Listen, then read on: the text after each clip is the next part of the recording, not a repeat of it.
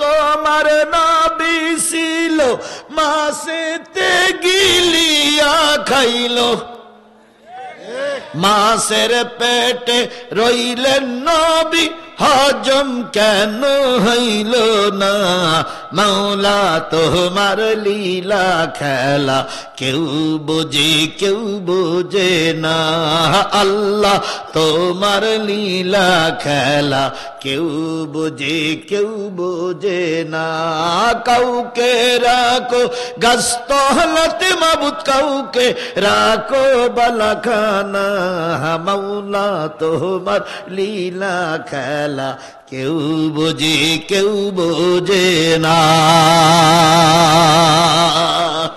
ইব্রাহিম তোমার নবী ছিল নমরুদে আগুনে ফেললো আগুন হইল ফুল বাগিচা নবীর পশম কেন জানে না মাওলা তোমার লীলা খেলা কেউ বোঝে না আল্লাহ তোমার লীলা খেলা কেউ বোঝে না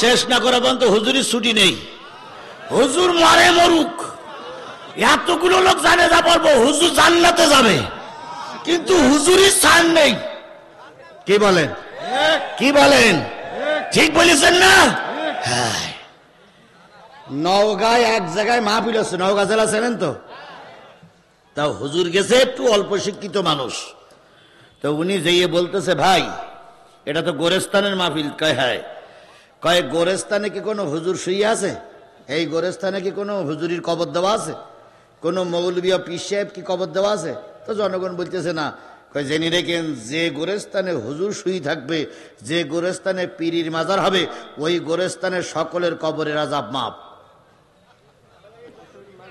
তাহলে জনগণ চিন্তা করতেছে যে তাহলে তো ভালো একটা কথা হুজুর শুয়ে থাকলে হুজুর মরে গেলে কবরে দিলে কবরের আযাব মাপ তো জনগণ একটা কৌতূহল হলো হুজুর পাবো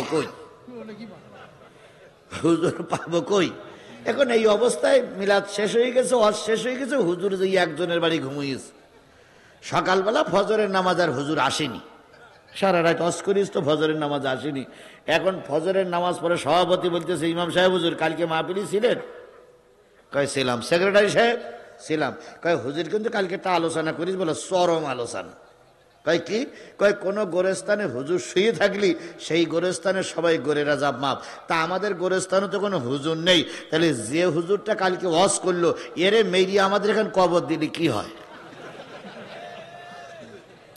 তাহলে এই একজনের খাতিরে অন্তত গোরের আযাবটা মাপ হোক হুজুর নামাজ পড়তে যায়নি খাদেম গেছিল নামাজে তো ইমাম সাহেব বলছে তাও কথা মন্দ না তাহলে এক কাজ করেন গ্রামের লোকজন ডাকি এবার হুজুরি ধরিয়ে নি মেরি এখানেই কবর দেই যা হয় হোক খাদেম এইসব আলোচনা শুনি এসে বলতে হুজুর বলতে কে চেল্লাস কেন কয় হুজুর লাইন খারাপ কালকে কি ওয়াজ করিলেন কয় কেন কয় ওরা বলতে আপনার মেরি কবর দেবে হুজুর বলতে বেডিং বতরিকে থাক জুতো আর পায়ে দেওয়ার দরকার নেই দেখ কোন মাঠের ভিতরে পালাই নিয়ে যায় দুইজন শুধু হুদোসে দৌড়চ্ছে জনগণ কায় দৌড়ো এখানকার যে আইন পাশ হয়ে গেছে এখানে থাকার মতন লাইন নেই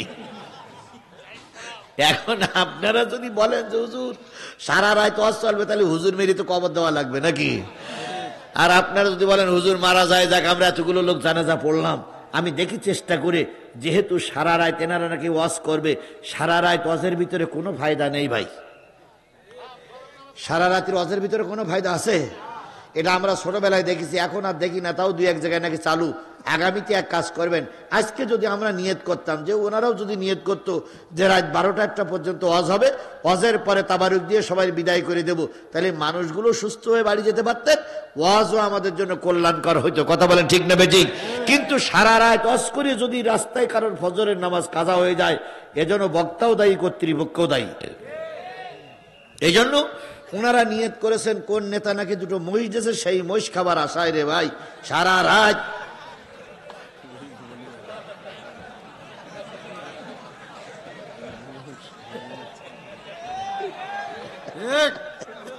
এই নাই সেই নেতা। সুবহানাল্লাহ।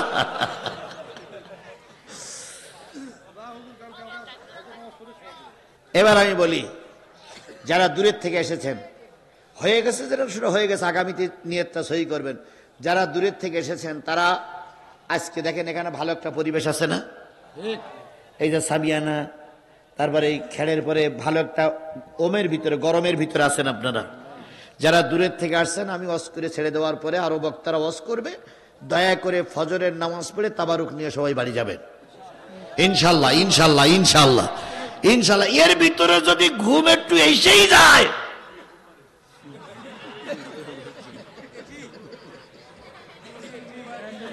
প্যান্ডেলের ভিতরে যখন সকালবেলা মুয়াজ্জিন বলবে আসসালাতু খায়রুম মিনান নাওম, তখন উঠে নামাজটা পড়ে নিয়ে তাবারুক নিয়ে বাড়ি যাবো ইনশাল্লাহ। আচ্ছা, এই যে লোকগুলো চলে যাচ্ছে এদেরকে এখন ছুটি দিছি, তাহলে যাচ্ছে কেন? আমিও যাব।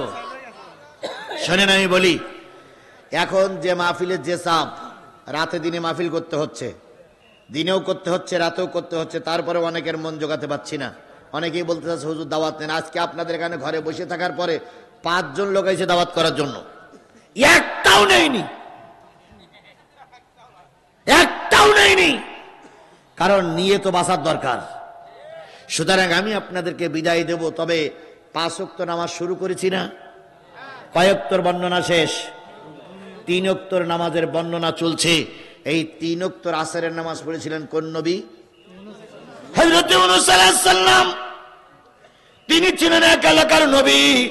40 বছর দাওয়াতি কাজ করে একটা লোকও কালেমাওয়ালা হয়নি। কয় বছর দাওয়াতি কাজ করেছে? 40 বছরের ভিতরে একটাও দাওয়াতি কাজ করে একটাও লোক নামাজি হলো না। ইউনূস আলাইহিস সালাম কয়, আল্লাহ আমারে নবুয়ত না দিয়ে অন্য কেউ থাকলে তারে নবুয়ত দাও, কারণ আমার মতন লোকের দ্বারা এ কাজ সম্ভব। আল্লাহ কয়, ইউনূস এতদিন নরম নরম কথা বললি, একটু শক্ত বল। কয়, আল্লাহ নবীরা তো শক্ত কথা বলতে পারে না, একটু ভয় দেখা, জাহান্নামের ভয় দেখা, জান্নাতের ভয় দেখা, আযাবের ভয় দেখা, গজবের ভয় দেখা। ইউনূস আলাইহিস সালাম জাহান্নামের ভয় দেখায়, জান্নাতের ভয় দেখায়, আযাবের ভয় দেখায়, গজবের ভয় দেখায়, কিন্তু লোক ফিরে আসে না।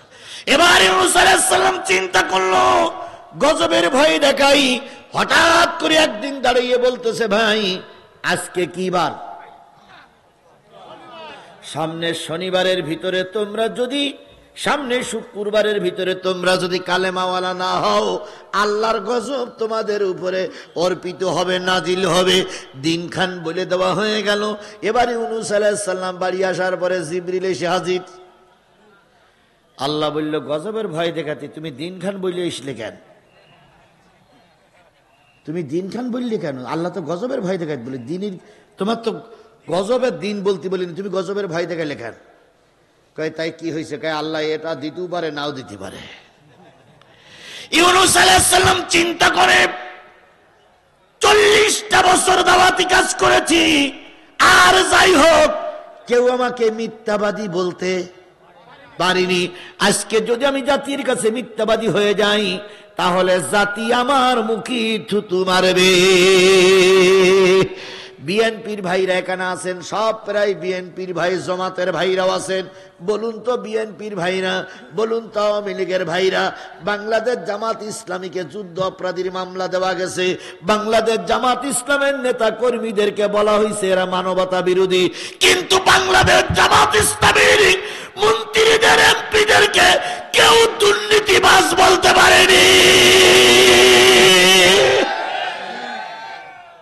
কথা কি বাড়াই বললাম না? ঠিক বললাম? জামাতের সাবেক আমির মতিউর রহমান নিজামী মন্ত্রী ছিল না? আলী আহসান মোহাম্মদ মুজাহিদ মন্ত্রী ছিল না? মন্ত্রিত্ব নিয়ে 5টা বছরে মন্ত্রণালয় থেকে মন্ত্রণালয় খালেদা জিয়ার আমলে পালন করেছে, কিন্তু জাতি যতই গালিগালাজ করুক, জাতি তাদেরকে দুর্নীতিবাজ বলতে পারি নাই। সেদিন এক টকশোয় একজন কমিউনিস্ট পার্টির লোক বলতেছে যে বাংলাদেশ জামাত ইসলামীর মন্ত্রীদের সঙ্গে আমার সাক্ষাৎ হয়েছিল, তারা যখন রাষ্ট্রীয় কাজে যেতেন তখন রাষ্ট্রীয় গাড়ি ব্যবহার করতেন, রাষ্ট্রীয় কাজে যখন যেতেন তখন রাষ্ট্রীয় খরচে যেতেন, যখন কোনো পার্টির কাজে যেতেন তখন একটা বারের জন্য রাষ্ট্রীয় জিনিস ব্যবহার করতেন না। এটা কেবল ইসলামপন্থীরাই বলতে পারে, কথা বলে ঠিক না ঠিক? এটা কেবল ইসলামী আন্দোলনের নেতা কর্মীরা চ্যালেঞ্জ দিয়ে বলতে পারে।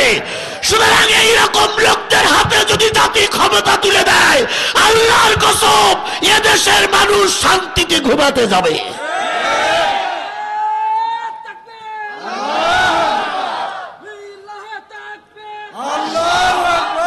তবে তবে তবে তবে আমি বলি, সেটা হলো জামাত বিএনপির কিছু কর্মী এখন ক্ষমতা হাতে পাওয়ার আগেই কিছু কিছু খারাপ কাজে তারা লিপ্ত হয়েছে। কেউ চাঁদাবাজির সঙ্গে জড়িত, কেউ দোকান লুটপাট কাজের সঙ্গে জড়িত। এখানে আমাদের কিছু ভাইরা অতি উৎসাহী হয়ে কাজ করছে। বলুন তো, ওই কর্মী যদি জামাতের হয়ে থাকে, জামাতের ভাবমূর্তি ভালো হচ্ছে না খারাপ হচ্ছে? যেই জামাতের নেতা কর্মীরা চাঁদাবাজি করছে, এ থেকে জামাতের সুনাম হচ্ছে না দুর্নাম হচ্ছে? বিএনপির বড় বড় ভাইরা আমাদের এখানে বসে আছে, বিএনপির ভাইরাও যদি ওই কাজে জড়িত হয়, আপনারা সাদা কাগজে লিখে রাখেন, আগামী নির্বাচনে জনগণ আপনাদের চিনে জেনে শুনে ভোট দেবে। এই জন্য সকল দুর্নীতিবাজের বিরুদ্ধে আমরা কথা বলে ঠিক না ঠিক? সেই চাঁদাবাজি যদি আজও চলে, সেই দোকান লুটপাট যদি আজও চলে, সেই দোকানের দখলদারিত্ব যদি আজও চলে, তাহলে আওয়ামী লীগের তাড়াইয়ে লাভটা হলো কি? আমার কথা কি বুঝতে পেরেছেন? জাতি কি চাঁদাবাজি বজায় রাখার জন্য ওদের তাড়িয়েছে, না চাঁদাবাজি বন্ধ করার জন্য ওদের তাড়িয়েছে? তাহলে চাঁদাবাজি যদি এখনো চলে, তাহলে আমার 1600 মানুষ রক্ত দিল কেন? এই চাঁদাবাজি যদি এখনো চলে, তাহলে আল্লাহ সাইদি জীবন দিল কেন? খালেদা জিয়া মামলা খাটলো কেন? তারেক জিয়া বিদেশে কেন? জাতির কাছে জানতে চাই। সৎ লোকের শাসন চাই। হ্যাঁ, হয়েছে। এই জন্য আমি আপনাদের কাছে উদাত্ত আহ্বান করি, বগুড়ার মানুষ, বগুড়ার মাটি বিএনপির ঘাঁটি। কথা বলেন। অন্য সব জেলায় জামাত ইসলামাওয়ালারা ভালো পয়েন্ট করবে, বগুড়ায় কিছু কিছু জায়গায় করবে, কিন্তু যতই করি বিএনপির ঘাঁটি হলো বগুড়ার মাটি। কথা বলেন ঠিক না ঠিক? এই জন্য বগুড়ার মাটির থেকে আমাদেরকে শপথ নিতে হবে, আমরা চাঁদাবাজিদের আশ্রয় দেব না, আমরা লুটপাটকারীদের আশ্রয় দেব না। যারা চাঁদা তুলতে যাবে, সে যে দলেরই লোক হোক, পুলিশকে আদেশ করা হোক, তার যেন ঠ্যাং ভেঙে গুড়া করে হাজতে ঢুকাইয়ে দেয়। বিএনপির যিনি সভাপতি তিনিও সুবারকে বলুন, জামাতের যিনি সভাপতি তিনিও পুলিশ সুবারকে বলুন, যে দলের লোকে চাঁদাবাজি করবে, জায়গা দখল করতে যাবে, পিটাইয়ে ঠ্যাং গুঁড়ো করে হাজতে ঢুকান, কেউ সুপারিশ করতে যাবে না। আপনার আমার সঙ্গে একমত হলু ভালো, না হলু ভালো। বুঝলেন তো বুঝলেন, না বুঝলেন তো কসু কসু কসু।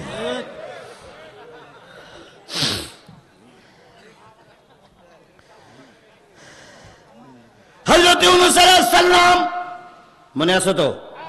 হযরত ইউনূস আলাইহিস সালাম জাতির সামনে গজবের কথা বললেন, কিন্তু গজব আসবে কিনা আল্লাহ ক্লিয়ার করল না।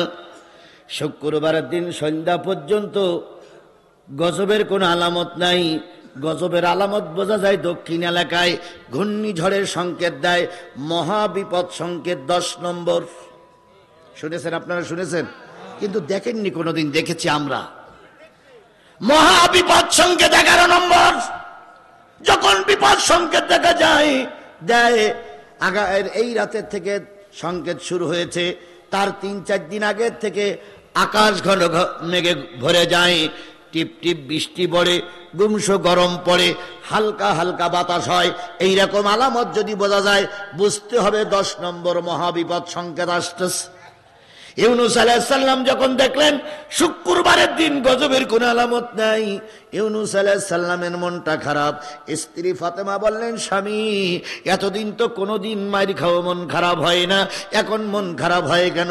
ইউনূস আলাইহিস সালাম বললেন, ও আমার স্ত্রী, এতদিন যা বলেছি জাতি মনে করেছি ইউনূস একজন সত্যবাদী, কিন্তু আজকে এমন একটা কথা বলে ফেলেছি মনে হয় আল্লাহ পাক আমার কথা রাখবে না।